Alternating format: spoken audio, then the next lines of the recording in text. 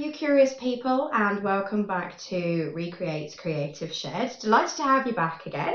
Just going to do a quick recap on what we were doing in the last few videos. We're kind of looking at the garden and the outdoors and things that might influence what we make from the outside, rather than just focusing on what we have in our recycling bin. Also having that as the main part of our ingredients.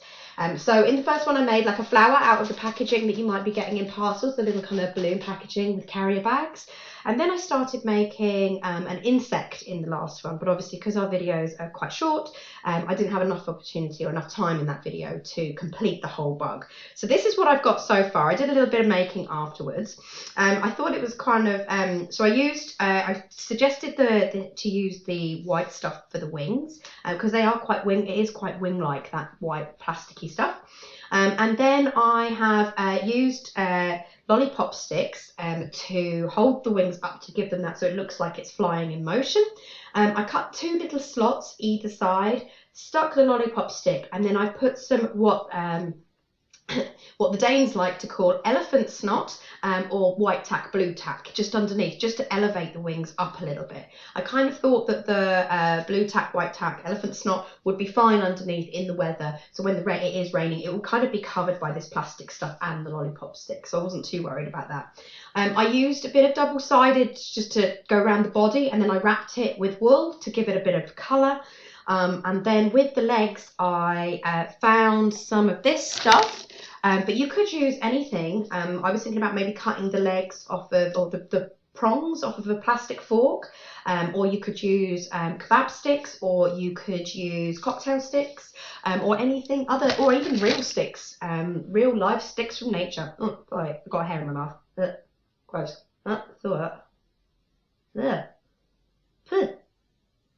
Got it. Okay, woohoo, on we move.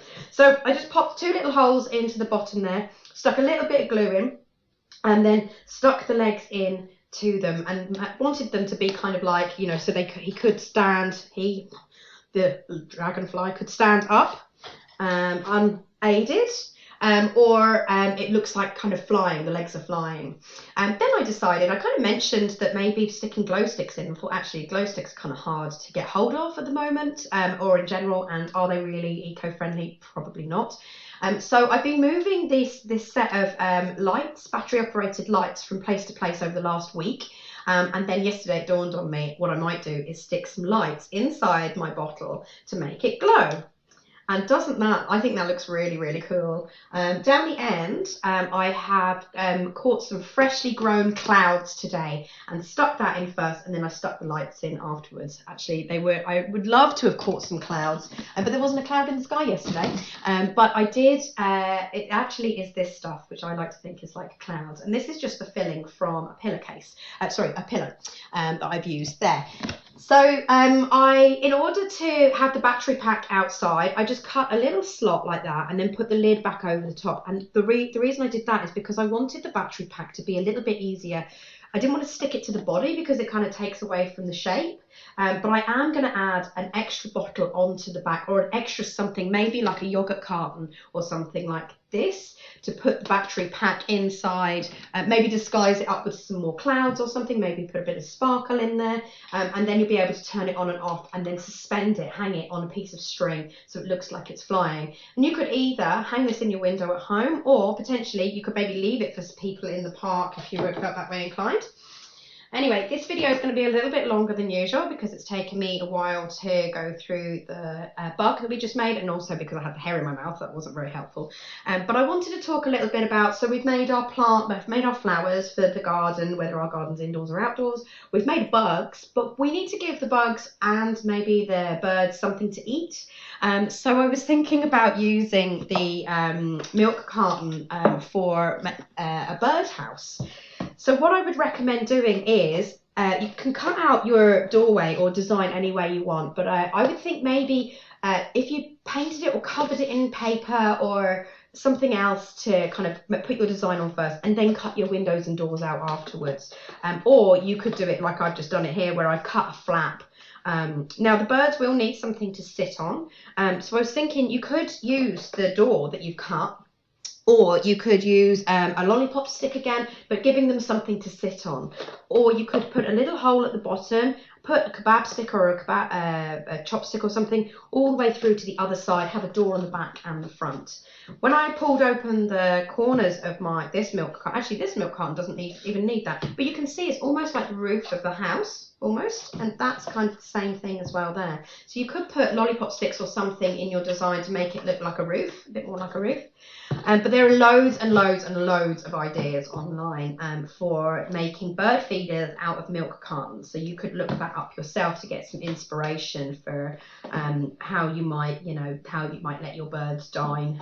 And the same principle, you could leave your bug in a park if you didn't have any outdoor area, or you could maybe give it to somebody as a present. That might be something quite nice to hand it over if maybe you don't have an outdoor area and somebody else does, like a family member, you could give it to them.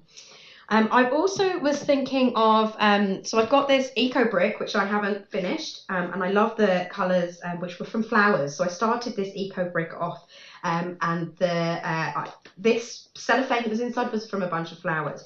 So you could make extra large bugs, or you could turn a plastic bottle into a bird feeder as well. Same principle, where you cut a little doorway and then stick things in so the birds have got somewhere to sit. You can also, I saw another really cool thing where you cut the bottle down. I don't know if you could do it with this shaped bottle. You cut the bottle down, you could pretty much take the middle part out, use this bit as the roof and this bit as the bottom, like the bottom part. And then you cut a little doorway in and you can have food in there as well. My last thing, so I was thinking, okay, we've got food, we've got the insects in our garden, we've got the flowers in our garden, but they need somewhere to sleep. So we've got the whole series here. They need somewhere to sleep. So I was thinking, I haven't been eating baked beans or chickpeas or any of those kind of things recently, so I don't actually have any cans to hand. They're out of my recycling. But this will give you a bit of an idea of what I'm talking about. So I was thinking of using this kind of size, or like a round circular metal thing. And maybe if you had a piece of wood or something quite strong, you could drill or put a screwdriver through there and attach it to a piece of wood. So you had the cans or like things like this.